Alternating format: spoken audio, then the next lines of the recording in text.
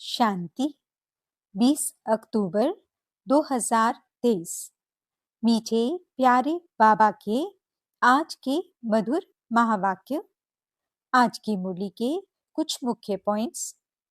आज बाबा हमें समझाते कि हम बच्चों को एक बाप के साथ सर्व संबंध रख बुद्धि योग अनेक बंधनों से निकाल लेना है। बुद्धि को कहीं और भटकाना नहीं है। बाप समान मुरलीधर बनना है। किसी भी आत्मा से ईर्ष्या नहीं करनी है। विशेष आत्मा बनने के लिए आपस में रेस करनी है, रीस नहीं। बाप को अपना साथी बनाकर माया के खेल को साक्षी हो देखते चलना है। आज की मुरली में मातेश्वरी जी के भी मधुर महावाक्य हैं, जिनमें वे समझाती कि हम आत्माओं का असली लक्ष्य है कि हमें ये स्मृति रहे कि मैं आत्मा उस परमात्मा की संतान हूँ और उस परमात्मा के साथ योग लगाकर पवित्र बन रही हूँ। तो चलिए सुनते हैं आज की मीठी प्यारी मुरली। ओम शांति।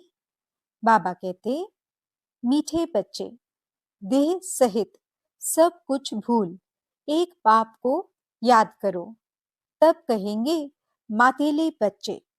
इस पुरानी दुनिया से अब तुम्हारी बुद्धि हट जानी चाहिए। प्रश्न, बाप का ज्ञान किन बच्चों की बुद्धि में सहज ही बैठ जाता है? उत्तर, जो गरीब बच्चे हैं, जिनका मोह नष्ट है और बुद्धि विशाल है, उनकी बुद्धि में सारा ज्ञान सहज बैठ जाता है। बाकी जिनकी बुद्धि में रहता हमारा धन, हमारा पति, वे ज्ञान को धारण कर ऊंच पद नहीं पा सकते। बाप का बनने के बाद भी लौकिक संबंधों को याद करना माना कच्ची सगाई है। उन्हें सौतेला कहा जाता है। गीत, मरना तेरी गली में, जीना तेरी गली में। ओम शांति। मीठे मीठे बच्चों ने गीत का अर्थ तो आपे ही समझा होगा। अब जीते जी आकर के बाप का बनना है और पुरानी दुनिया जिसको रौरव नर्क कहा जाता है, उनको भूलना भी है और छोड़ना भी है ही। रौरव नर्क को भूल फिर स्वर्ग को याद करना है। अपने को आत्मा समझ अपने बाप को याद करना है। पुरानी दुनिया बुद्धि से हट जानी चाहिए। उनके लिए पुरुषार्थ चाहिए। यह है जन्म जन्मांतर का कर्म बंधन। एक जन्म का नहीं, जन्म जन्मांतर का कर्म बंधन है। कितने पाप किस किस के साथ किए हैं, वह सब जन्म ले भोगने पड़ते हैं। तो इस कर्म बंधन की दुनिया को भूल जाना है। यह छी दुनिया है, पतित शरीर है ना, इससे मोह मिटाना है। गरीबों का मोह सहज मिट जाता है। साहूकारों का मुश्किल मिटता है। वे समझते हैं हम स्वर्ग में सुखी बैठे हैं, गरीब दुखी हैं। यूं तो सारा भारत गरीब है, फिर उनमें भी जो गरीब हैं वह झट उठाते हैं। उन्हों के लिए ही बाप आते हैं। गरीबों को जास्ती वर्षा मिलता है। सब सेंटर्स में देखो, साहूकार कोई मुश्किल ठहर सकते हैं। स्त्रियां भी गरीब घरों की ही आती हैं। धनवान को तो पति से सुख मिलता है, इसलिए उनसे बुद्धि योग टूट नहीं सकता। गरीब ही अक्सर करके ज्ञान लेते हैं। बाप है ही गरीब निवास, जिस बाप को सब याद करते हैं, परंतु ड्रामा अनुसार भक्त भगवान को जानते नहीं हैं। भगवान तो है ही भक्तों का रक्षक, भक्ति का फल देने वाला सद्गतिदाता एक बाप है। तुम बच्चे बाप द्वारा अभी ज्ञान की बातें सुन रहे हो। ये ज्ञान उन्हीं बच्चों की बुद्धि में बैठता है जिनकी बुद्धि विशाल है, मोह नष्ट है। जिनकी बुद्धि में रहता है कि हमारा पति हमारा धन आदि है, वे ऊंच पद पा नहीं सकते। पद वह पाते हैं जो रचता और रचना का परिचय देते हैं। बाप को पहचाने बिगर वर्षा कैसे मिले? साजन को सिर्फ साजन कहने से फायदा नहीं हो सकता है। जाने पहचाने बिगर साजन से सगाई कैसे हो सकती है? कन्या की सगाई होती है तो उनको चित्र आदि दिखाते हैं।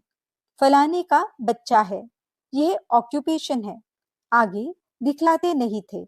ऐसे ही शादी करा देते थे, तो भी उनका ऑक्यूपेशन तो बताते हैं ना। यहाँ कोई कोई बच्चे अपने बाप को अथवा साजन को जानते ही नहीं हैं, तो सगाई कैसे हो? नंबर वार है। कईयों की कच्ची सगाई है, पारलौकिक साजन को याद नहीं करते। लौकिक साजन को लौकिक संबंधियों आदि को याद करते रहते, तो गोया कच्ची सगाई है। उनको सौतेले बच्चे कहा जाता है। पक्के को मातेले बच्चे कहा जाता है। मातेले बच्चे बहुत थोड़े हैं। भट्टी में इतने पड़े, उनमें से कितने कच्चे निकल पड़े। अपने साजन को पहचानते ही नहीं, जैसे पारा हथेली पर ठहरता ही नहीं है ना, वैसे ही याद भी इतनी मुश्किल है। घड़ी घड़ी भूल जाते हैं। 25-30 वर्ष वाले भी पूरा याद नहीं कर सकते हैं। तुम जानते हो, पारलौकिक साजन स्वर्ग के 21 जन्म लिए महारानी महाराजा बनाने वाला है। सृष्टि के आदि मध्य अंत को जानने वाला है। सजनियों को इतना समझाते हैं तो भी बुद्धि में बैठता नहीं है। बुद्धि पुरानी दुनिया के बंधनों में भटकती रहती है।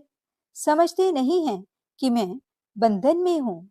संबंध तो चाहिए एक का, बाकी सब है बंधन। बच्चों को समझाया जाता है, एक से संबंध रखो। वे तुमको सृष्टि के आदि मध्य अंत की शिक्षा देते हैं। तुम जानते हो, आधा कल्प है ज्ञान कांड, आधा कल्प है भक्ति कांड। ज्ञान कांड में तो 21 जन्मों का वर्षा मिलता है। वहां है सतो प्रधान, फिर सतो प्रधान से नीचे सतो में, फिर सतो से गिरकर रजो में आना है। जब सतो पूरा होता तो ज्ञान कांड पूरा हो जाता है। द्वापर से भक्ति शुरू होती है। वह भी पहले सतो प्रधान भक्ति होती है, फिर भक्ति भी सतो रजो तमो में आती है। व्यभिचारी होने से भक्ति फिर गिरती जाती है। अब ये जानना और किसको समझाना तो बहुत सहज है। तुम बच्चों को रौरव नर्क से संबंध तोड़ एक से रखना चाहिए। एक बाप से संबंध रखने की प्रैक्टिस करो। बाप को याद करने से ही विकर्म विनाश होंगे। गरीब अच्छी मेहनत करते हैं तो बलिहारी गरीबों की है। बाप भी गरीबों पर बलिहार जाते हैं।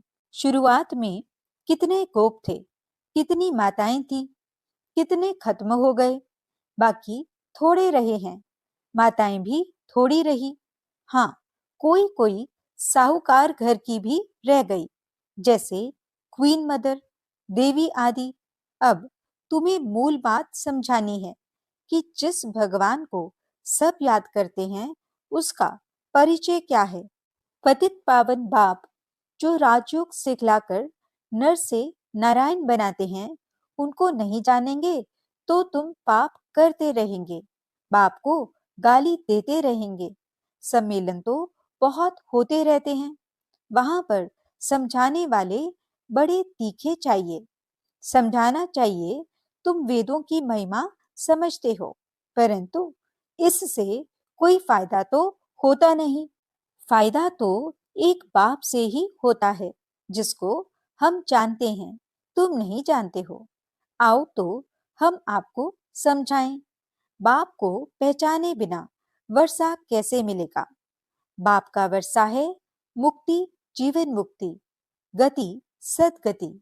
ये अक्षर सुनाते ही बाप हैं। तुम बच्चों को याद रखना चाहिए, और कोई चीज से फायदा नहीं। बाप को और रचना के आदि मध्य अंत को जानना है। इसमें भी आधा कल्प है भक्ति कांड, आधा कल्प है सदगति ज्ञान कांड। भल सम्मेलन करते हैं, परंतु खुद ही मूंझे हुए हैं, समझते कुछ भी नहीं। तुम्हें सबको बाप का परिचय देना है। जब बहुतों को परिचय मिल जाएगा, तब कहेंगे कमाल है। यह तो सारी सृष्टि के आदि मध्य अंत का राज चित्रों सहित बतलाते हैं। माताओं को बड़ा नशा रहना चाहिए। पुरुष मदद करने लिए तैयार हैं, डायरेक्शन बाप देते हैं। करना कन्याओं माताओं को है। आजकल कन्याओं माताओं की महिमा जास्ती है। गवर्नर, प्राइम मिनिस्टर भी माताएं बनती हैं। एक तरफ हैं वे माताएं, एक तरफ वो तुम पांडवों की माताएं। उन्हों की उछल जास्ती है, क्योंकि उनका राज्य है। तुमको तो 3 पैर पृथ्वी के भी नहीं मिलते हैं। बाप तुम बच्चों को अनेक राज समझाते रहते हैं। तुम अभी स्वर्ग का वर्षा पाते हो। साजन तुमको श्रृंगारते हैं, महारानी बना देते हैं। ऐसे साजन से बुद्धि योग न रखना, यह तो बड़ी भारी भूल है। बच्चों को समझाते तो बहुत हैं, तुम सिर्फ ज्ञान और भक्ति का कॉन्ट्रास्ट बताओ। भारत में ही गाया हुआ है, दुख में सिमरन सब करें, सुख में करे न कोई। सुख में क्यों याद करेंगे? अभी वे नई दुनिया स्थापन हो रही है, परंतु सुख का वर्षा भी पूरा लेना चाहिए। माता पिता जानते हैं हर एक कितना लायक है। मौत जब नजदीक आएगी तो बताएंगे तुमने पुरुषार्थ पूरा नहीं किया है, तब तुम्हारा ऐसा हाल हुआ है। वह भी बताएंगे कि तुम किस किस्म की प्रजा में जाएंगे, किस किस्म के नौकर चाकर बनेंगे, सब बताएंगे। अच्छा, कई बच्चे समझते हैं आज हमने मुरली बहुत अच्छी चलाई, परंतु नहीं, यह तो शिव बाबा आकर मदद करते हैं। अपना अहंकार नहीं होना चाहिए। तुमको तो बाप सिखलाते हैं जो तुम सुनाते हो। बाप ना होता तो तुम्हारी मुरली काहे की? मुरलीधर के बच्चों को मुरलीधर बनना चाहिए, नहीं तो ऊंच पद पा नहीं सकेंगे। पर कुछ ना कुछ फायदा हो जाता है। कोई सेंटर खोलते हैं तो बहुत आशीर्वाद मिलती है। इतना समय पढ़ाई की है तो आपे ही सर्विस कर सेंटर जमाना चाहिए। खुद सीखते हैं तो क्या औरों को नहीं सिखला सकते? ब्रह्मा कुमारी की मांगनी करते हैं तो बाबा समझ जाते हैं शायद खुद में इतना ज्ञान नहीं है। बाकी यहाँ आकर क्या करते हैं? बाबा तो समझाते हैं, बादल आए, रिफ्रेश होकर जाएं, वर्षा बरसाएं, नहीं तो पद कैसे पाएंगे? मम्मा बाबा कहते हो तो गद्दी पकड़ कर दिखाओ। ये भी कोई को अहंकार नहीं आना चाहिए कि हमने दिया। तुम कुछ भी न दो, बाबा तुमको कौड़ी के बदले हीरा देने से भी छूट जाएगा। अच्छा, मीठे मीठे सिकिलदे बच्चों प्रति माता पिता बाप दादा का याद प्यार और गुड मॉर्निंग। रूहानी बाप की रूहानी बच्चों को नमस्ते। हम रूहानी बच्चों की रूहानी बाप दादा को दिल व जान सिख व प्रेम से नमस्ते नमस्ते नमस्ते जी। गुड मॉर्निंग बाबा। शुक्रिया बाबा। धारणा के लिए मुख्य सार। पहला पॉइंट, एक के साथ सर्व संबंध रख बुद्धि योग अनेक बंधनों से निकाल लेना है। एक के साथ पक्की सगाई करनी है। बुद्धि योग भटकाना नहीं है। दूसरा पॉइंट, बाप समान मुरलीधर बनना है। मैंने अच्छी मुरली चलाई, इस अहंकार में नहीं आना है। बादल भरकर वर्षा करनी है, पढ़ाई की है तो सेंटर जमाना है। वरदान, बाप को सामने रख, ईर्ष्या रूपी पाप से बचने वाले विशेष आत्मा भव। ब्राह्मण आत्माओं में हम शरीक होने के कारण ईर्ष्या उत्पन्न होती है। ईर्ष्या के कारण संस्कारों का टक्कर होता है, लेकिन इसमें विशेष सोचो कि यदि हम शरीक किसी विशेष कार्य के निमित्त बना है तो उनको निमित्त बनाने वाला कौन? बाप को सामने लाओ तो ईर्ष्या रूपी माया भाग जाएगी।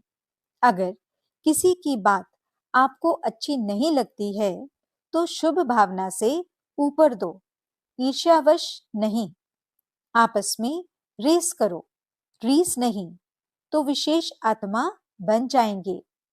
स्लोगन, बाप को अपना साथी बनाकर माया के खेल को साक्षी हो देखते चलो। ओम शांति। मातेश्वरी जी के मधुर महावाक्य। अपना असली लक्ष्य क्या है? पहले पहले ये जानना जरूरी है कि अपना असली लक्ष्य क्या है।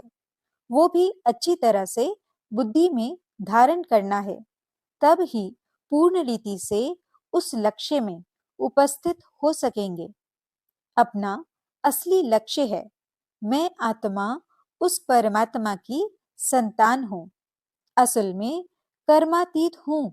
फिर अपने आप को भूलने से कर्म बंधन में आ गई। अब फिर से वो याद आने से, इस ईश्वरीय योग में रहने से अपने किए हुए विकर्म विनाश कर रहे हैं।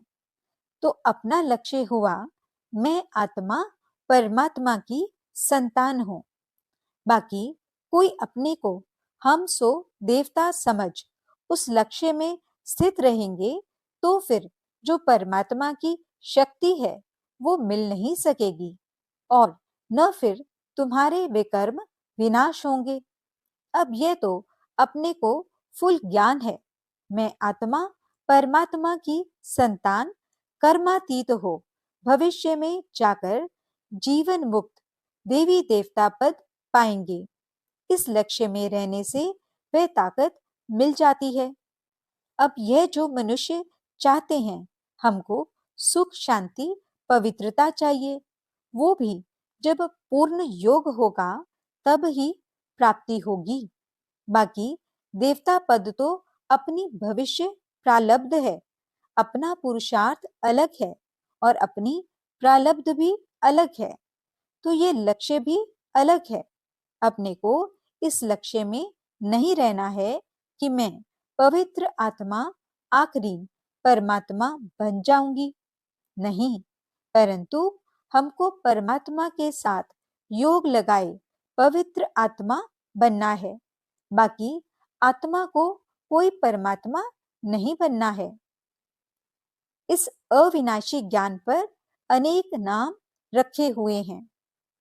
इस अविनाशी ईश्वरीय ज्ञान पर अनेक नाम धरे गए हैं, यानी रखे गए हैं।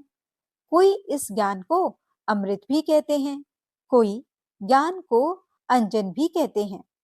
गुरु नानक ने कहा, ज्ञान अंजन गुरु दिया। कोई ने फिर ज्ञान वर्षा भी कहा है, क्योंकि इस ज्ञान से ही सारी सृष्टि सब्ज यानी हरी भरी बन जाती है। जो भी तमो प्रधान मनुष्य हैं वो सतोगुणी मनुष्य बन जाते हैं और ज्ञान अंजन से अंधियारा मिट जाता है।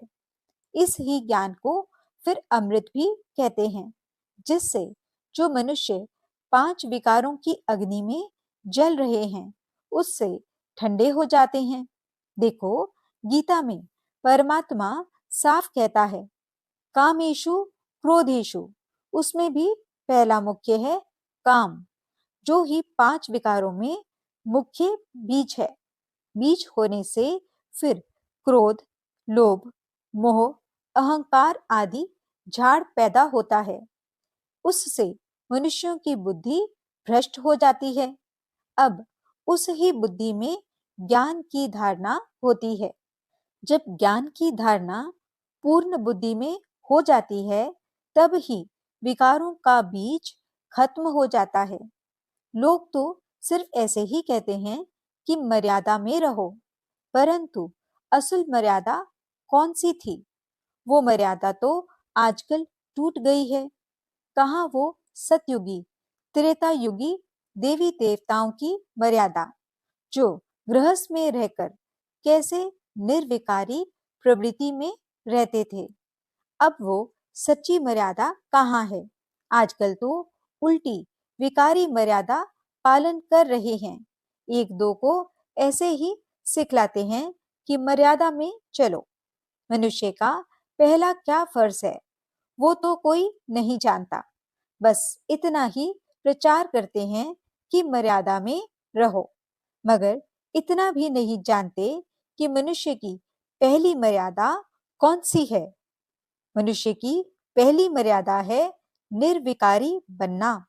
अगर कोई से ऐसा पूछा जाए, तुम इस मर्यादा में रहते हो, तो कह देते हैं, आजकल इस कलयुगी सृष्टि में निर्विकारी होने की हिम्मत नहीं है।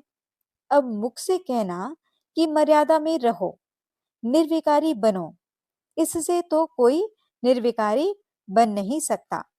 निर्विकारी बनने के लिए पहले इस ज्ञान तलवार से इन 5 विकारों के बीज को खत्म करना है, तब ही विकर्म भस्म हो सकेंगे। अच्छा, ओम शांति।